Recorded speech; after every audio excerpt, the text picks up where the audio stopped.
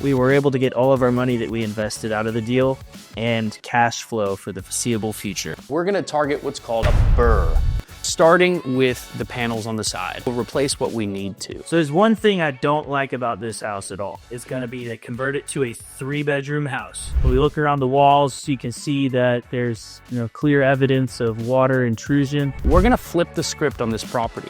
We're gonna turn it into a rental property. Hey, I'm Tyler, family man and finance guru. And I'm Brian, the master negotiator and project management pro. Together, we are Brothers Who Flip. We're not just flipping houses. We're crafting dreams, crunching numbers, and turning visions into reality. Stick around for the flips, the fails, the victories, and the occasional brotherly shenanigans. Hit that subscribe button and let's dive into the art of the deal. What's up, everybody? We got a new flipping strategy, and you're really gonna like this one because we're basically getting a house for free. In our latest acquisition, Weller Avenue. It's a 2-bed, 1-bath, 1,120 square foot house in Louisville, Kentucky. We purchased it for $61,500. We expect the project to take $35,000 to $40,000 to complete. We think it can be done in 60 days or less. Tyler, why don't you tell them why we're buying it? So number one, we absolutely love the location. As you can see, we're right here near the infield of Churchill Downs. We're about a mile away from the famous racetrack that hosts the Kentucky Derby. They're off in the Kentucky Derby. Also, we're another mile away from the University of Louisville. They say, Tyler, location, location, location. And number two, we really love the price. It works within our budget. It's a cheap purchase price, and we've got plenty of room to do our renovations. So this one, we're thinking is gonna be worth around $135 once we're done with it. But we're gonna try this new strategy called the BRRRR method.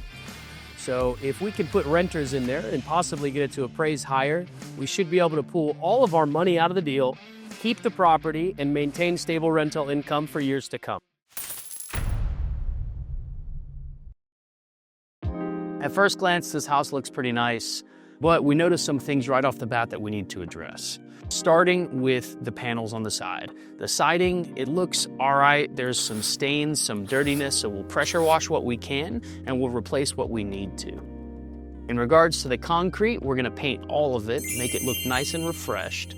So you see these gutters? They're going straight down to the ground. That means that water is gonna be draining around the foundation. What we need to do is we need to reroute that water away from the bottom of the house so it doesn't cause any more foundation issues or any flooding in the basement. The roof looks all right. All right.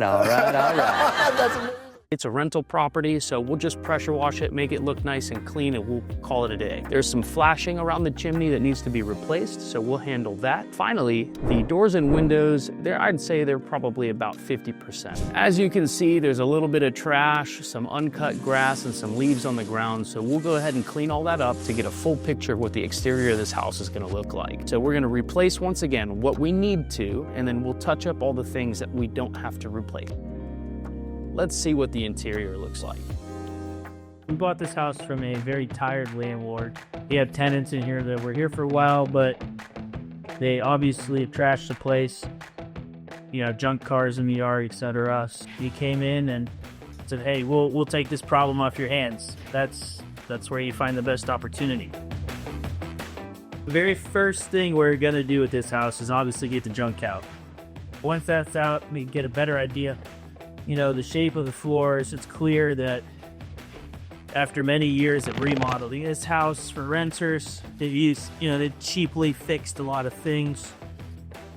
So we probably are going to bust out this entire floor, redo the subfloor, make sure the joists are good. But right now, this house is a 2-bedroom, 1-bath. Kyler and I's plan to get the maximum value out of this house, whether it's rent or sale, is going to be to convert it to a 3-bedroom house. A 1-bedroom here. Okay, kitchen back there, and final bedroom in here. So there's one thing I don't like about this house at all. The bathroom is only accessed through this bedroom. Not great if you have a roommate.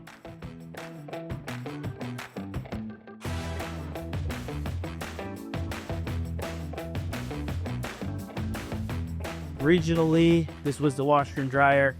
We're going to relocate that to the basement because this is actually going to become a bedroom. Okay?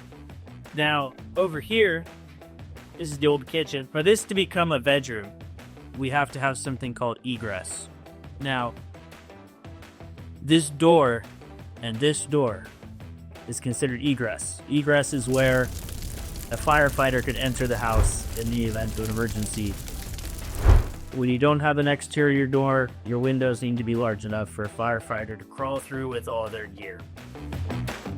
We're gonna move the kitchen from the room behind me into this area.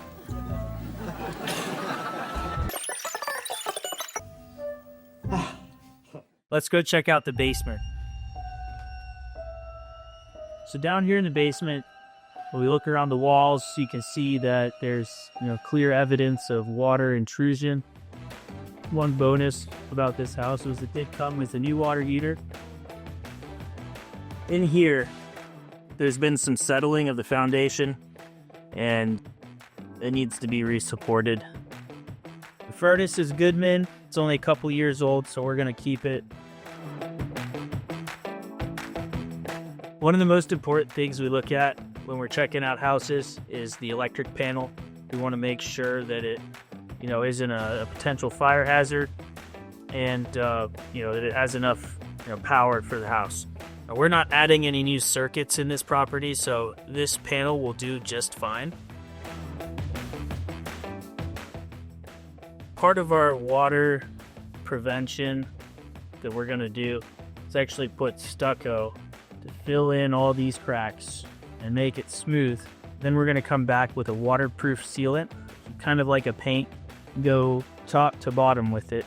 That in combination with what we're doing with the gutters should prevent any water from coming down here. As you know, it's going to take a little bit of work, but we're ready to go. Now that we understand what this house looks like on the inside and the outside, and we have a better picture of what we're going to have to spend in order to make it what we want, we have to go look at some comps. I don't really like the comps in the neighborhood. We've seen houses sell for anywhere between $120,000 to $130,000. For us, that's a little low. Money, money, I want more money. There's not enough profit for us to make a flip here. So we're gonna flip the script on this property. We're gonna turn it into a rental property. We're gonna put a renter in there for about $1,500 a month. That should boost the value up to about $155,000. We're gonna target what's called a BRRRR. That is to buy, rehab, rent, refinance, repeat. Let's just say that you have an investor. He goes to buy a house for $100,000 and he wants to put in $20,000 in renovation. So altogether, his project cost is $120,000. Now, after he's done the renovation and put a renter in there for $1,500 a month, the house is gonna be worth $200,000. You can go to a bank and get a 75% cash out refinance. 75% of the new value of the property is gonna be $150,000. So the investor is gonna get $150,000 cash out. He's gonna basically get back all of his initial investment plus $30,000 on the side. He's gonna keep the property and he's also gonna have a couple $100 a month in income after paying all the expenses for the property and for the loan. That is called a BRRRR.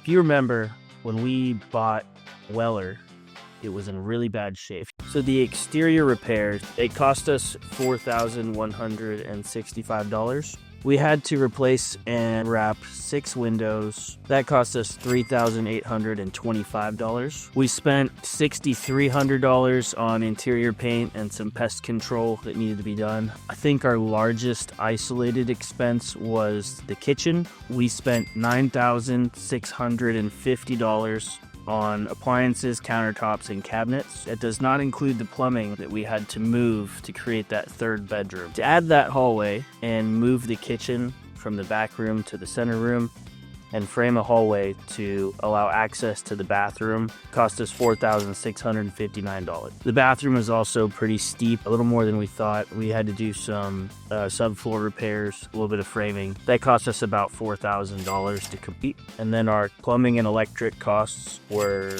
about $4,000 as well. So, including the other stuff we had to do, we spent a total of $40,000 rehabbing this property. Let's talk about that BRRRR strategy and how it applies to our project. We bought Weller for $61,000. We put $40,000 into renovation. That means our total project cost was $101,000. Our house appraised for $160,000. That means our new loan amount is $120,000. After closing costs, our total cash out proceeds was $116,000. So what does that mean? All of our invested money out, $101,000. We got another $15,000 cash at the closing table. Now our monthly payments are around $920. We rent it out for $1,550. So that leaves about $600 and some change on a monthly basis in income for us. And that's it. That's a wrap for the Weller project. With every investment property that we buy, we like to have multiple exit strategies. On this one, we weren't totally in love with the sales comps, so we decided to put a renter in there. And guess what? We were able to get all of our money that we invested out of the deal and cash flow for the foreseeable future. If you're interested in a more traditional flip, go check out our Marigold video right here. We made a $30K profit on that one. It's just standard flip, sell. If you enjoyed this video, go ahead and smash that like button, hit subscribe, and share it with your friends. We greatly appreciate it. And to the people who are new to our channel, welcome. We got more to come for you. And to the people who have seen our last couple videos, thanks for joining us again. Anyways, we'll see you on the flip side.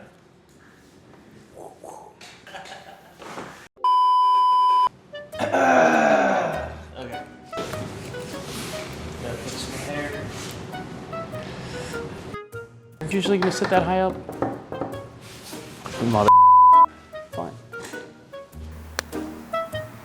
Testing. Okay. I got that. Hello? Hello?